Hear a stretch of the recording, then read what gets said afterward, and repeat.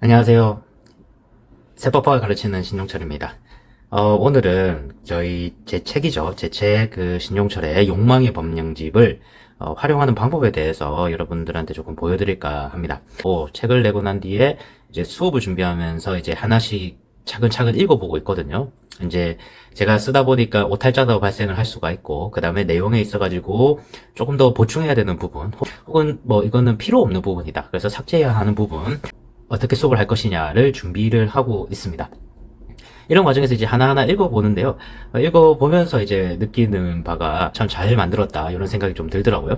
이제 잘 만들었다는 것은 내용 자체는 이제 다 법령이다 보니까 제가 뭐 제 생각을 쓰는 건 아니죠. 그래서 그런 의미에서 잘 만들었다라고 보기보다는 이렇게 법령으로만 구성된 책, 한 권짜리 책이 있고, 이 법령집을 통해 가지고 이제 세법학 2차를 대비할 때 굉장히 효율적이고 조금 정확하게 공부를 할 수 있겠다, 이런 생각이 조금 들었습니다.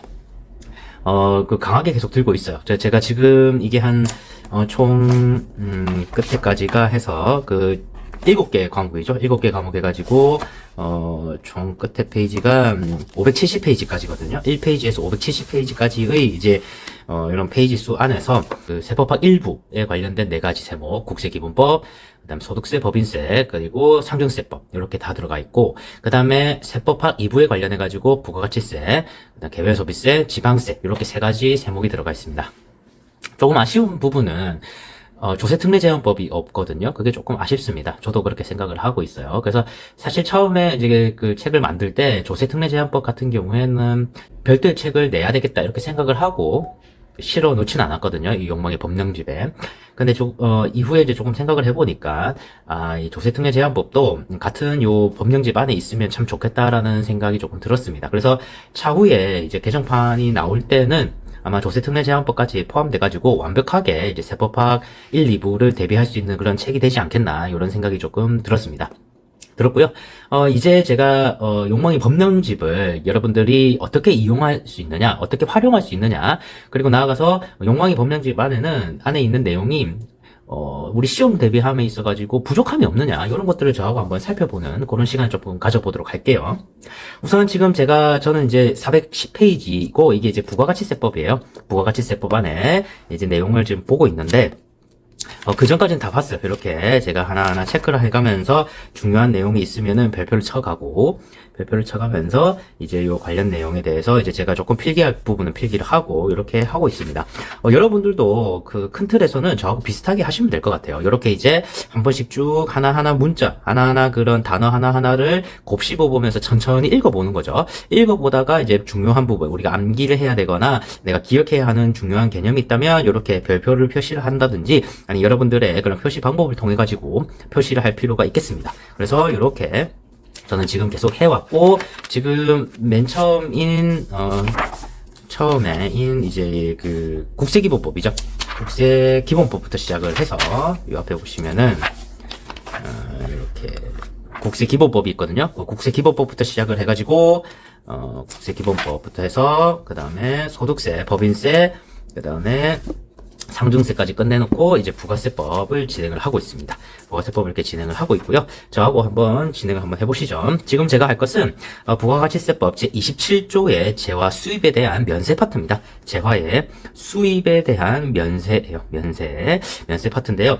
어떻게 공부를 하는 거냐? 처음에는 욕망의 법령집을 하나씩 읽습니다. 읽고 27조의 재화 수입에 대한 면세 부분이 있구나라는 거고, 다음 각호에 해당하는 재화의 수입에 대해서는 부가세를 면세한다 해서 1호부터 1, 2, 3, 부터 쭉 해가지고 15호까지 나와있죠. 15호까지의 이런 열거된 면세 조항에 대해서는 재화의 수입에도 불구하고 우리는 과세를 하지 않고 면세하겠다라는 거죠. 그래서 그 열거된 걸 하나하나 보는 겁니다.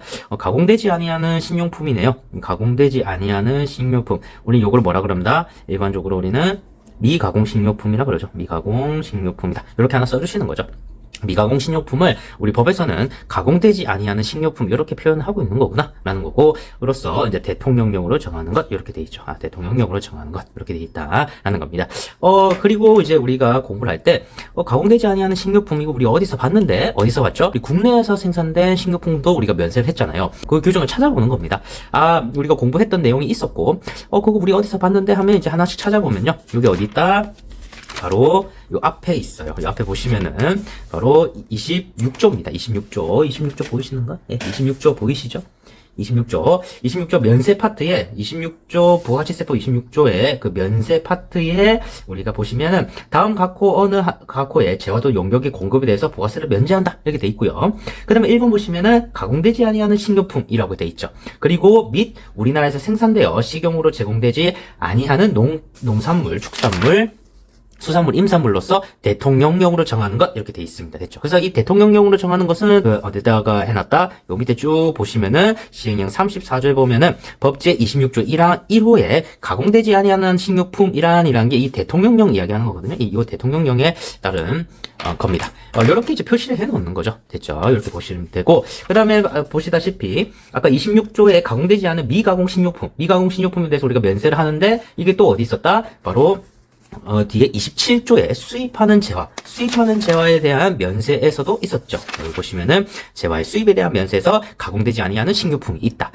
요게 수입도 그렇고 국내 생산도 마찬가지고 식료품에 대해서는 면세를 하고 있구나. 그러면 우리 어떻게 하는 거다? 페이지를 적어 놓는 거예요. 페이지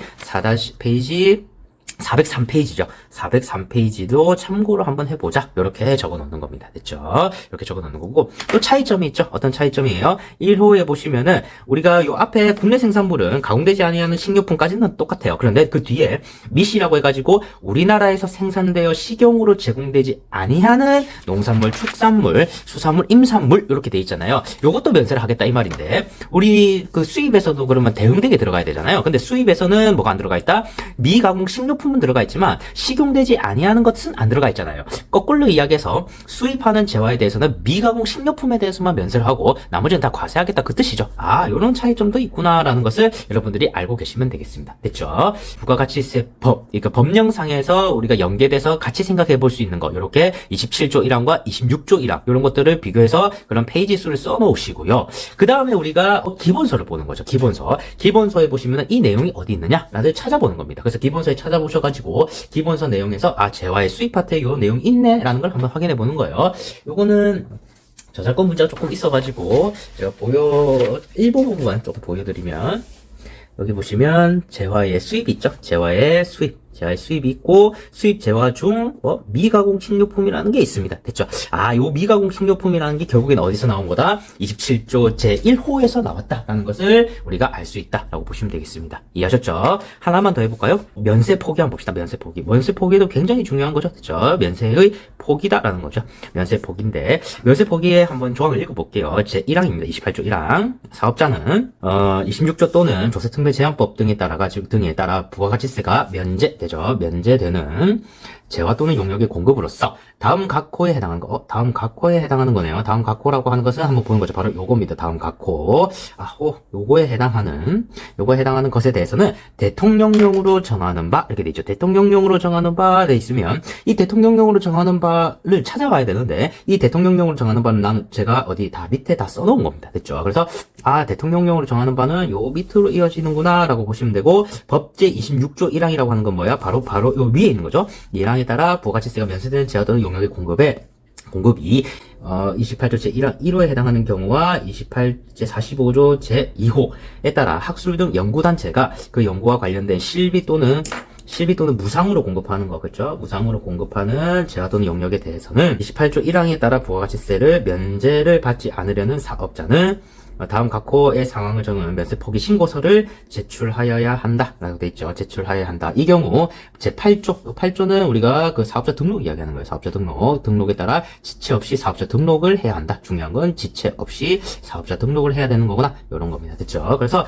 요렇게 우리가 대통령령으로 정하는 바가 바로 요거다라는 것을 우리가 알 수 있고요. 대통령령으로 정하는 바에 따라서 면세 포기 신고를 하여 가지고 부가세 면제를 받지 않을 수 있다. 다른 말로 과세를 받을 수 있다. 과세 대상 재화로 볼 수 있다라는 거고, 열거된 게 21조부터 24조. 이 21조부터 24조가 바로 영세율 적용이었거든요. 재화의 수출부터 시작해서 용역의 수출, 그 외화 획득 용역, 외국 항행 용역 이런 것들 이야기하는 건데, 영세율을 적용 대상이 되는 것과 26조 제1항 12호조.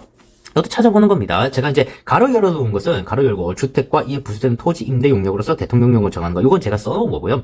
실제로 요거는 법에서는 그냥 26조 제1항 12호, 11호, 12호, 15호, 뭐 18호 요렇게만 적어놨습니다. 됐죠? 요런 것들 이렇게 적어놨다라는 거죠. 그래서 요런 것도 한번 찾아보시면 돼요. 26조 제1항 12호는 뭐지? 그러면 26조는 아까 우리가 봤을 때 면세 파트였거든. 26조의 제1항 12호를 보시면은 26조 여기 26조 제1항 12호가 바로 요거죠. 주택과 이에 부수되는 토지의 임대 용역으로서 대통령령으로 정하는 것.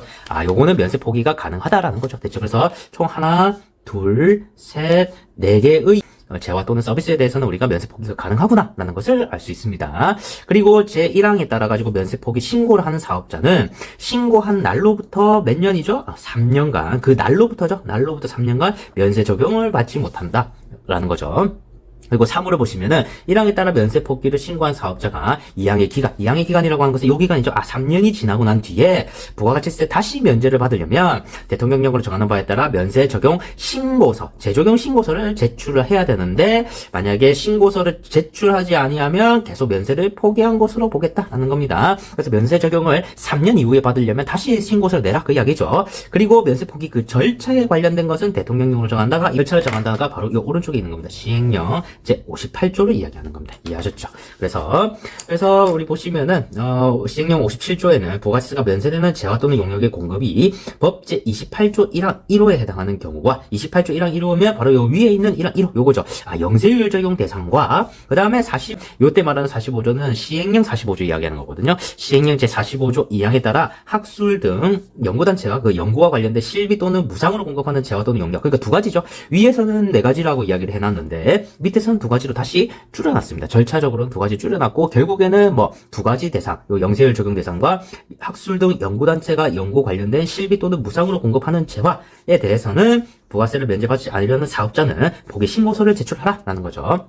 그때 지체 없이 사업자 등록도 같이 해야 된다 이 말이고 시행령 제 58조를 보시면은 이 법제 28조 1항 요거 이야기하는 거 법제 28조 1항과 영제 57조 요거 이야기하는 거죠. 따라 면세를 포기한 사업자가 28조 2항의 기간이 지난 28조 2항의 기간이라는 건 3년이죠. 기간이 지난 후 부가세세 면제를 다시 재면제를 받으려면 그 신고서와 함께 사업자 등록증을 제출해야 된다라는 겁니다. 됐죠? 이렇게 보고 우리가 면세 포기에 관련해 가지고 일반적인 내용을 어디서 배웠어요? 기본서에서 이미 배웠어. 그런 내용을 어떻게 확인하는 거야? 바로 이 법령의 내용에 따라서 법령에 어떻게 구성이 되어 있느냐, 어떻게 표현이 되어 있느냐를 확인해 보시는 겁니다. 그리고 난 뒤에 이 관련 내용을 어디서 다시 보는 거다? 바로 기본서 내용에서 보는 겁니다. 기본서 내용. 그럼 기본서 내용을 다시 돌아가 보시면은 이렇게 돼 있어요. 기본서에 면세 포기라고 돼 있죠.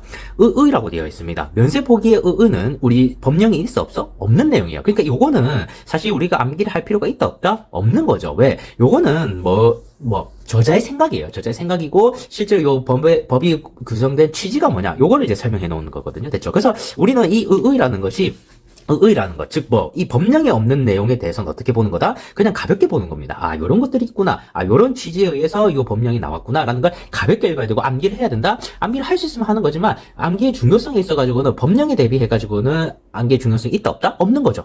무슨 말인지 아시겠죠? 그래서 암기를 하는 그 부담감 좀 내려놔야 된다. 그 이야기고. 뒷장 보시면은 면세 포기 대상, 절차, 효력 이렇게 나와 있는데요. 요거는 실제로 그 법령상 표현은 아니죠. 법령상 표현은 아니지만 저자가 보기 좋게 하기 위해서 이렇게 해놓고 이 대상이라고 하는 것은 이 대상 밑에 보시면은 요 밑에 있는 내용들 있잖아요. 이 내용들이 다 어떤 내용이다? 법에 있는 내용을 그대로 보기 좋게 편집을 해놓은 것 뿐입니다. 됐죠? 그래서 우리가 영세 적용 대상 그 다음에 포기 절차는 이런 게 있고, 이런 포기 절차에 통해 가지고 과세 전환은 어떻게 해야 되고, 그 다음에 재적용 제한은 3년간 할 수 없고, 이런 것들 쭉 내용 있잖아요. 요 내용들을 다 어디에서 우리가 본 거다? 바로 여기서 본 거죠. 우리가 법령집에서.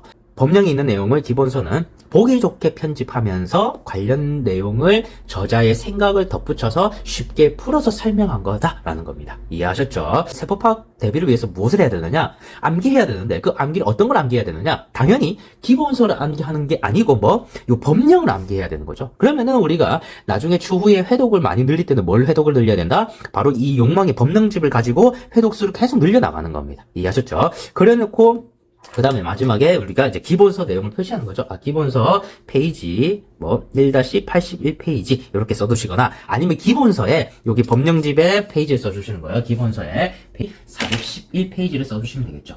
411페이지 써주시면 추후에 이제 이거 한 바퀴 돌리고 난 뒤에 뭐 법령집을 위주로 보게 되면은 법령집 보다가 이 내용 자체가 좀 헷갈린다. 조금 더 자세한 설명이 필요하다. 그러면 거기에 우리가 이렇게 페이지를 다 달아놨잖아요. 그럼 그 페이지를 돌아가셔가지고 기본서 한번 읽어보고 요런 내용이구나 라는 거를 확인을 해보시면 되겠습니다. 됐죠?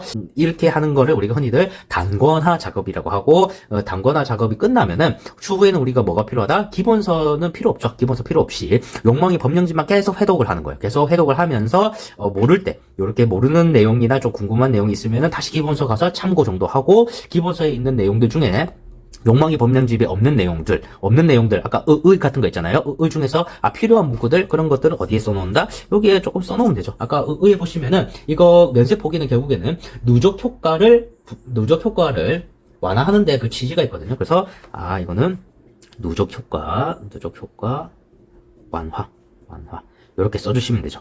누적 효과를 완화를 하기 위한 취지다. 이렇게 하나 써주시면은 다시 우리가 기본서 볼 필요 없이 취지도 우리가 볼 수가 있고 관련 법령을 쭉 볼 수도 있고 이런 안에 있는 내용 자체를 내용이나 문구, 단어 이런 것들을 정확하게 그냥 암기만 해주시면 될 거 아닙니까? 됐죠? 이런 측면에서 제가 봤을 때는 욕망의 법령집은 굉장히 파워풀합니다. 파워풀하고 여러분들이 계속 해독할 수 있을 때 굉장히 좋은 자료가 될 수 있을 것 같아요. 사실 우리가 기본서 같은 경우에는 페이지 수가 굉장히 많거든요. 기본 1000페이지 이상 넘어가는데 우리 욕망의 법령집은 모든 내용을 거의 다 들어가 있어요. 제가 이제 지금까지 이렇게 보고 있는데, 하나씩 보고 있는데, 기본서에 없는 내용이 거의 없을 정도로 모든 내용이 다 들어가 있고, 나아가서 어떻게 그 모든 내용에 대비해서 조금 더 많은 내용이 들어가 있습니다. 그러니까 법령으로 따졌을 때는 여기 욕망의 법령집이 훨씬 더 많은 내용을 포함하고 있거든요. 그런데 우리가 시험 칠 때는 결국에는 뭘 들고 가는 거야? 법령을 들고 가야 되다 보니까, 요 욕망의 법령집만 제대로 우리가 이해하고 내 것을 만들 수 있다면, 충분히, 우리 세법학 시험에 대비가 가능하다라는 거죠. 요 한 권이면 됩니다. 요 한 권. 이렇게 요 한 권 있죠? 요 한 권이면은 여러분들이 충분히 대비가 가능하다라는 겁니다. 됐습니다. 이렇게 봐주시면 될 것 같고, 비록 저희 수업을 듣지 않는다 하더라도 욕망의 법령집 하나 구입을 하셔가지고 여러분들이 기본서하고 하나씩 대조해보는 그런 작업이 꼭 필요하고 추후에 시험 치러 들어갔을 때는 이 욕망의 법령집 한 권을 가지고 꼭 들어가시길 바랍니다.